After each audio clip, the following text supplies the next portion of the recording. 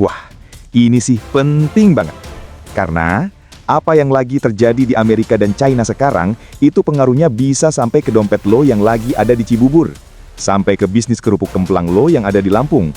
Bahkan ke gaji lo di kantor yang lokasinya cuma 10 menit dari rumah. Sebegitu jauhnya. Iya, dan justru karena jauhnya itu, banyak orang nggak sadar. Coba jujur deh, belakangan ini, lo ngerasa nggak? Harga barang tuh kayak punya mood swing. Bulan ini naik, bulan depan turun tipis, minggu depannya naik lagi. Dan anehnya, alasannya suka nggak jelas. Toko bilang dari sananya naik. Distributor bilang lagi nunggu kiriman. Pabrik bilang harga bahan baku berubah. Dan kita cuma bisa mikir, ini kenapa sih sebenarnya? Nah, ternyata sebagian dari perubahan itu bukan cuma soal aturan lokal. Bukan cuma ongkos transport. Bukan cuma panen, cuaca, atau inflasi dalam negeri. Ada satu hal besar yang pelan-pelan mulai terasa ke seluruh dunia, termasuk Indonesia. Amerika dan China, dua ekonomi terbesar di planet ini, lagi masuk fase tekanan ekonomi yang cukup serius. Bukan soal mau runtuh, bukan drama kiamat ekonomi, bukan begitu. Yang terjadi adalah ada perlambatan, ada pengetatan, dan ada ketidakpastian yang kalau dibiarkan bisa nyebar ke negara lain kayak gelombang. Dan Indonesia, mau nggak mau, pasti ikut kecipratan anginnya. Karena lu tahu sendiri, AS dan China itu kayak dua raksasa yang berdiri di tengah pasar dunia. Kalau salah satunya bersin, kita-kita yang berdiri di sekitarnya bisa ikut goyang. Kalau dua-duanya batuk bareng, ya makin kerasa. Dan goyangnya itu bisa muncul dalam bentuk harga bahan baku naik di pabrik kecil di Karawang. Ongkos produksi naik di UMKM makanan ringan di Ciamis. Harga suku cadang di bengkel Bekasi tiba-tiba melonjak. Atau margin laundry rumahan di Medan makin tipis karena deterjen impor berubah harga. Ini bukan hal yang jauh, ini hal yang bisa langsung ngaruh ke isi dompet lo. Dan satu lagi, contoh yang sekarang lagi rame banget, thrifting impor bekas.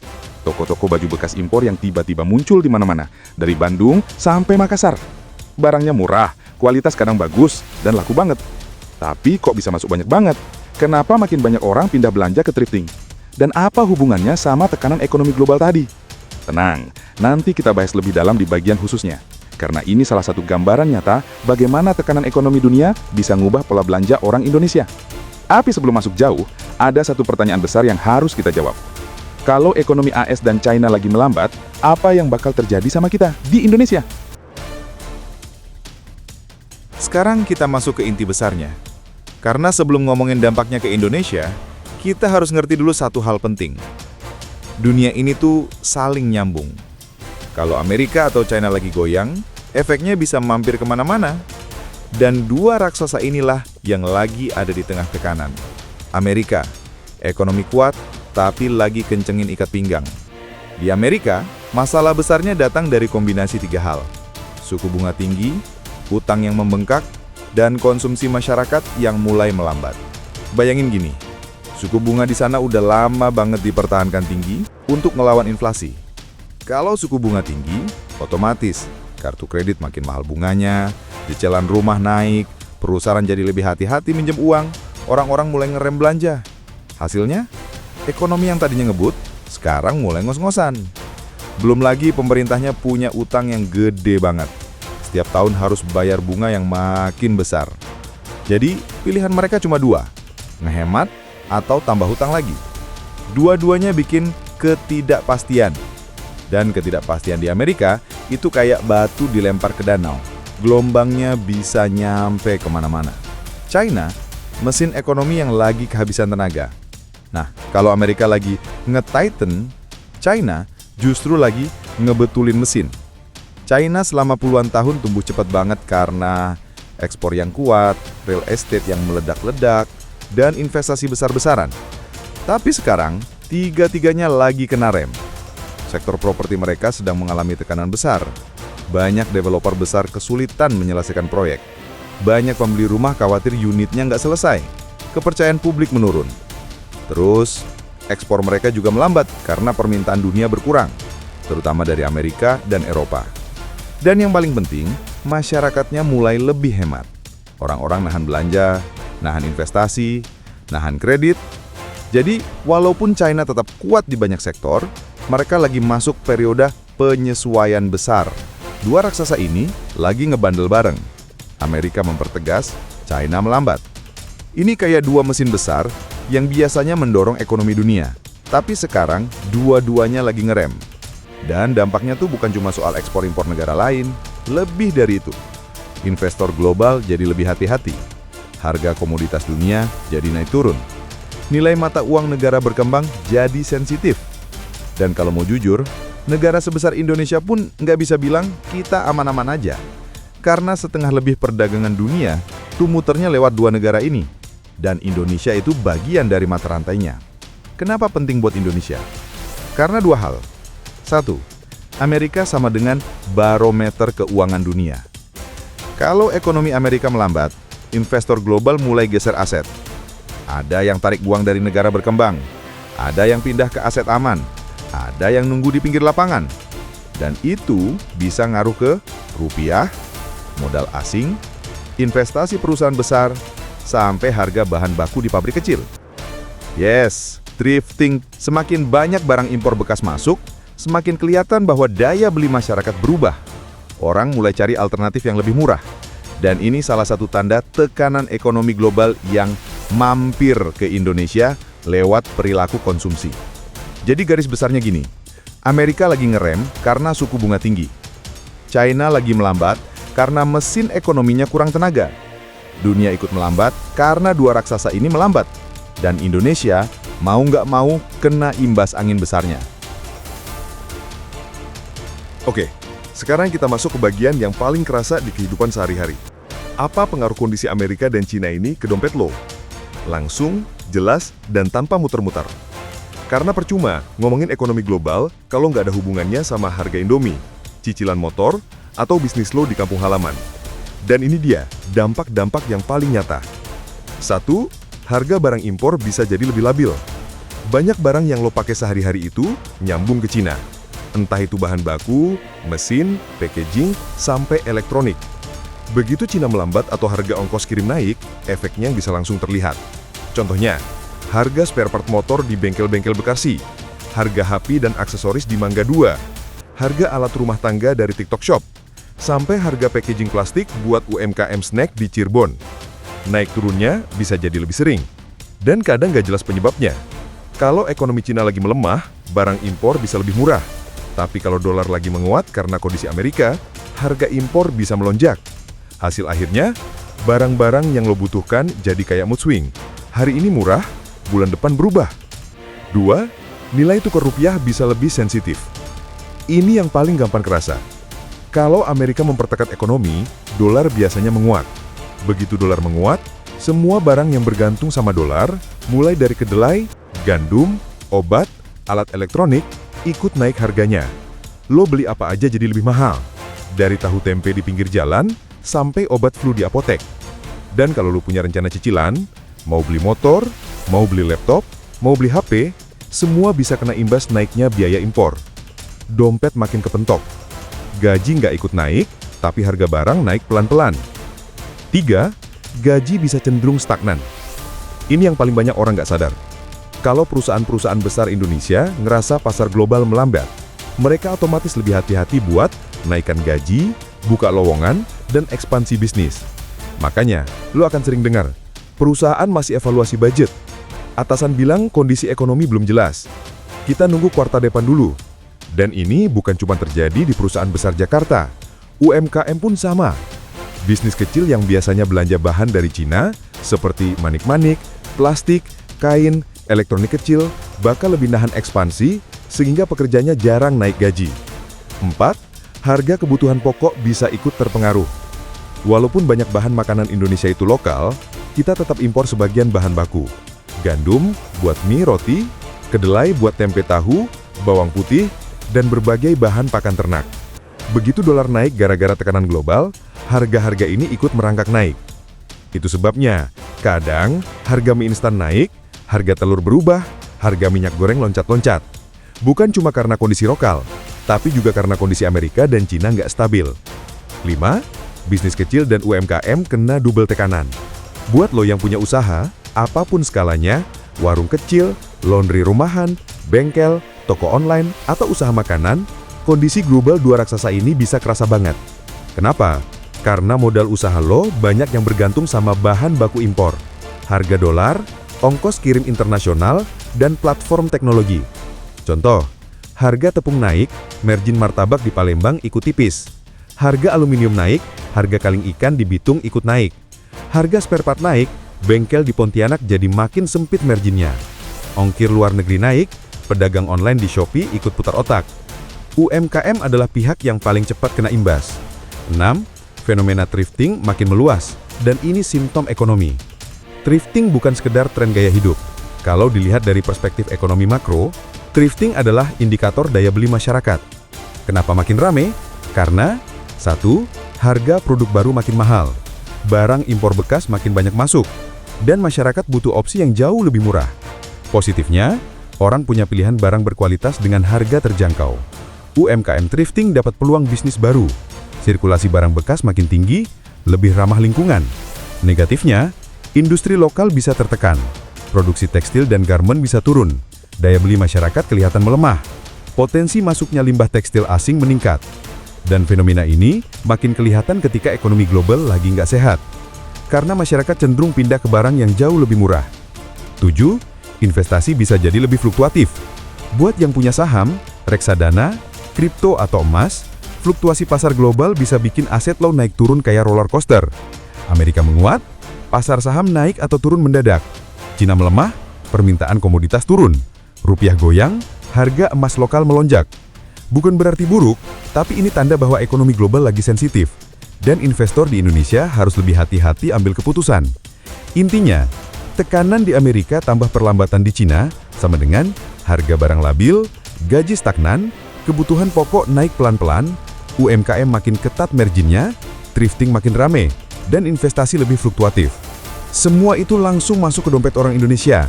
Nggak peduli lo tinggal di Medan, Batam, Bandung, Jayapura, atau Denpasar. Oke, sekarang kita masuk ke bagian yang paling sering orang lupakan. Banyak yang cuma fokus ke, aduh kalau AS Cina ribut, pasti semuanya jelek. Padahal nggak juga. Justru di tengah ketegangan dua raksasa dunia, selalu ada peluang besar buat orang Indonesia. Baik kamu yang kerja kantoran di Bekasi, yang punya usaha seblak di Cimahi, sampai yang punya toko online barang thrifting. Gini gambarnya. 1. Peluang barang murah masuk Indonesia, tapi cerdas manfaatinnya. Ketika AS dan Cina saling pasang tarif, harga barang dari Cina bisa turun di negara-negara Asia Tenggara, karena mereka cari pasar baru. Artinya, gadget, komponen elektronik, aksesoris produk kebutuhan harian, potensi lebih murah. Buat kamu yang jualan online di Shopee, TikTok Shop, atau IG Store, ini bisa jadi peluang margin lebih besar. Karena harga modal turun, untung naik. Tapi poin pentingnya, manfaatkan dengan cerdas. Jangan cuma belanja karena lagi murah. 2. Peluang industri lokal naik pamor. Ini sisi positif yang jarang disadari. Ketika impor terganggu karena konflik, suplainya jadi nggak stabil. Orang mulai melirik produk lokal. Contoh, furnitur Jepara, tekstil Bandung, produk makanan UMKM Jawa dan Sumatera, produk kecantikan lokal yang lagi banyak banget peminatnya. Jika pemerintah memperkuat UMKM, industri lokal bisa ribuan besar. Dan kalau lo punya usaha kecil, ini peluang buat naik harga sedikit, dapat pelanggan loyal, dapat perhatian karena kualitas lokal sekarang makin bagus. 3. Peluang kerja baru di sektor logistik, teknologi, dan manufaktur. Krisis geopolitik bikin banyak perusahaan global berlomba mindahin pabrik dari Cina ke Asia Tenggara, dan Indonesia salah satu kandidat besar. Kalau ini terjadi, peluang yang kebuka, lapangan kerja baru, gaji sektor industri bisa naik, kebutuhan skill teknis meningkat, peluang karir bagi anak muda makin besar. Bahkan orang yang tinggal di kawasan industri kayak Karawang, Tangerang, Gresik, Batam, bisa langsung ngerasain efeknya. Karena setiap ada pabrik baru, ekonomi sekitar ikut naik. 4. Peluang investasi, emas, saham, energi, dan sektor consumer. Krisis AS Cina biasanya bikin emas naik, bagus buat yang nabung emas, yang invest jangka panjang. Kalau lo rutin beli emas setiap bulan, krisis bisa jadi momentum. 2. Saham sektor energi dan komoditas bisa naik. Indonesia kuat di batu bara, nikel, minyak sawit. Krisis global sering bikin permintaan komoditas bertahan bahkan naik. 3. Sektor barang konsumen lokal bisa dapat efek positif karena orang menahan impor, belanja lokal naik. 5. Peluang UMKM yang cepat adaptasi. Krisis besar selalu ngasih peluang buat bisnis kecil yang lincah. Contoh, restoran kecil yang adaptasi ke sistem pre-order, toko kecil yang pindah jualan ke TikTok Shop, bisnis layanan harian seperti laundry, cuci AC, cuci motor, produk homemade seperti makanan rumahan, granola lokal, sambal, keripik. Ketika barang impor terganggu, UMKM yang gercep bisa ambil pangsa pasar orang-orang yang sebelumnya pakai barang impor. Krisis AS Cina bukan cuma soal ketakutan ekonomi turun, tapi justru momen buat orang Indonesia ngambil posisi. Siapa yang adaptif, dia yang menang. Siapa yang bisa lihat peluang kecil, bisa jadi pendapatan baru. Sekarang bagian paling penting dari semuanya. Gue harus ngapain? Karena percuma lu ngerti AS lawan Cina, percuma lo tahu analisanya panjang, kalau ujung-ujungnya pertanyaannya, ini ngaruh apa ke hidup gue? Harus bagaimana biar dompet gue nggak kena hantem? Gue rangkum jadi beberapa langkah yang simpel, realistis, dan bisa langsung lo terapin dari sekarang. Entah lo tinggal di Jakarta, kerja di pabrik Karalang, punya toko kelontong kecil di Lamongan, atau jualan online dari kos-kosan di Makassar. 1. Fokus ke 3 sumber penghasilan. Minimal. Di tengah krisis global, satu sumber penghasilan itu rapuh banget. Lu butuh minimal 3 aliran. Gaji utama, kantoran, pabrik atau usaha inti lo, sumber sampingan, jualan kecil-kecilan, freelancer, jasa apapun, aset investasi kecil, emas, reksadana pasar uang, deposito. Bukan berarti lu harus kaya. Minimal ada cadangan biar kalau satu sektor goyang, masih ada yang nutup. 2. Perkuat dana darurat. Ini poin yang sering disepelekan. Tapi kalau perusahaan lu terpaksa efisiensi gara-gara rantai pasok global rusak atau pesanan impor turun, lu butuh 3-6 bulan biaya hidup. Ideal 1-2 bulan pun nggak apa-apa kalau lo baru mulai. Catatan, dana darurat itu bukan untuk gaya hidup. Itu untuk survival mode. Bikin aja di rekening terpisah yang susah disentuh. 3. Beli barang berdasarkan kebutuhan, bukan kepanikan. Saat konflik memanas, biasanya muncul fenomena, awas nanti barang langka, buru-buru beli. Harga bakal naik, borong sekarang. Padahal keputusan panik jarang nguntungin. Kalau butuh, beli. Kalau cuma FOMO karena berita, tahan dulu. 4. Prioritaskan aset yang cenderung stabil. Di tengah ketidakpastian global, aset yang nggak gampang drama adalah pilihan terbaik. Emas, buat proteksi.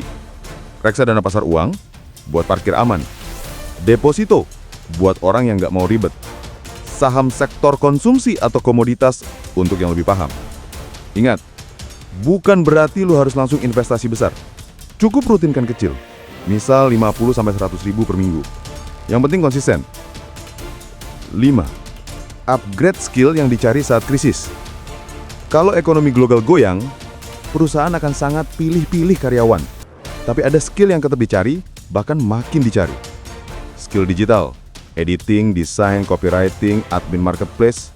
Skill teknis pabrik, operator mesin, QA/QC, maintenance. Skill jasa, servis AC, bengkel, grooming hewan, desain rumah. Skill logistik, warehouse, supply chain, data sederhana. Kenapa penting? Karena misal sektor ekspor turun, lu bisa pindah ke sektor lain yang tetap jalan. Lo jadi fleksibel. 6. Kalau lo UMKM, maka lindungi bisnis lo dari 3 risiko utama. Untuk pemilik usaha kecil, ini kuncinya. A. Risiko harga modal naik. Atur stok barang penting lebih rapi. Jangan borong, tapi jangan kosongin gudang juga. B. Risiko pemasok terganggu. Punya alternatif pemasok lokal, walaupun lebih mahal sedikit, daripada barang lu kosong berhari-hari. C. Risiko daya beli turun. Sesuaikan produk. Paket hemat, ukuran lebih kecil, promo bundling. Bukan nurunin kualitas, tapi nyesuaiin situasi. 7. Pengeluaran nggak penting. Ini wajib dipretelin. Bukan pelit. Ini strategi survive. Layanan streaming berlebih, beli kopi tiap hari, jajan impulsif, langganan aplikasi yang jarang dipakai, beli barang FOMO dari TikTok, potong 10-20% aja dari pengeluaran di harian, langsung kerasa longgar. 8. Jangan tergiur uang instan, investasi aneh, atau janji profit cepat. Saat ekonomi goyang, scam biasanya naik. Robot trading, kripto nggak jelas, skema titip dana, skema komunitas bagi hasil, produk pengganda uang, paket investasi janji 20% per bulan. Ingat, kalau hasilnya nggak masuk akal, biasanya emang nggak nyata. Lindungi dompet lo, apalagi kalau tinggal di daerah yang lagi banyak penawaran bodong. Bandung, Surabaya, Medan, Bali. 4 kota paling sering muncul kasus. 9. Bikin keputusan tenang, bukan emosional. Krisis global bikin timeline lu penuh berita. AS begini, China begitu, harga minyak naik, kurs melejit. Tapi 90% ketakutan orang datang karena overthinking, bukan kenyataan. Ambil keputusan pelan-pelan. Cek sumber info, lihat data, fokus ke hal yang lo punya kontrol, bukan ke hal yang lo nggak bisa ubah, kayak geopolitik dunia. 10. Pegang prinsip. Siapa yang adaptif, dia yang menang. Di tengah ketidakpastian global, yang menang bukan yang paling pinter atau paling kuat. Yang menang adalah orang yang cepat baca situasi, mau belajar skill baru, mau berubah cara hidup, bisa nyesuaiin kecepatan ekonomi. Selama lo mau adaptasi, peluang itu selalu ada, bahkan di tengah krisis besar 2 negara raksasa. Akhirnya, kita sampai di ujung pembahasan. Dan kalau ada satu hal yang paling penting dari semua yang kita bahas barusan, itu adalah Indonesia itu negara yang kuat, tapi dompet setiap orang tetap rapuh kalau kita nggak siap. Bukan karena negara kita lemah, bukan karena masa depan suram, tapi karena dunia lagi berubah cepet banget, dan hidup kita tuh nempel banget sama perubahan global itu. Lo bayangin aja, kejadian ribuan kilometer di Amerika, perlambatan ekonomi di China, fluktuasi harga minyak dan komoditas, semua itu bisa bikin harga sembako di minimarket dekat rumah lo ikut berubah. Itu bukan halangan, itu realita. Dan realita itu harus kita pahami, bukan ditakuti. Tapi gini, di tengah semua ketidakpastian itu, ada satu hal yang selalu konsisten. Orang yang siap bertahan, orang yang adaptif naik kelas. Dan itu berlaku buat siapapun. Yang lagi ngerintis bisnis kecil, yang kerja kantoran bangun pagi pulang malam, yang tinggal di daerah, yang di kota, bahkan yang baru mulai belajar ekonomi hari ini. Selama lo tahu arahnya, tahu risikonya, tahu peluangnya, lo udah jauh lebih aman dibanding orang yang cuma ikut arus. Sekarang pertanyaannya, kita mau jadi penonton atau pemain? Karena krisis global itu bukan cuma ancaman, dia itu filter yang nyisain orang-orang paling adaptif, paling mau belajar, dan paling siap berubah. Kalau selama ini lo ngerasa ekonomi makin gak jelas, penghasilan makin seret, biaya hidup makin naik, tenang, lo nggak sendirian. Dan justru karena lo sadar, itu artinya lo udah satu langkah lebih maju. Kalau penjelasan kayak gini menurut lo penting, dan lo pengen lebih ngerti gimana dunia luar bisa ngefek ke isi dompet kita di Indonesia, yaudah, stay aja di channel ini. Gue bakal terus bahas hal-hal kayak gini, yang relevan, yang deket sama hidup lo, yang bikin lo melek, tanpa lebay, tanpa nakutin, dan tanpa drama berlebihan. Kalau lo ngerasa video ini bermanfaat, tinggal like sekalian biar gue tahu harus bikin lanjutan. Kalau menurut lo temen lo di Bekasi, Palembang, Sampit, atau Kupang harus nonton ini, ya udah share aja. Dan kalau lo mau ikutan ngobrol, tulis aja komentar. Menurut lo krisis dunia paling kerasa di bagian apa? Gue baca satu-satu kok. Sampai ketemu di video berikutnya. Tetap kuat, tetap adaptif, dan jaga dompet lo baik-baik.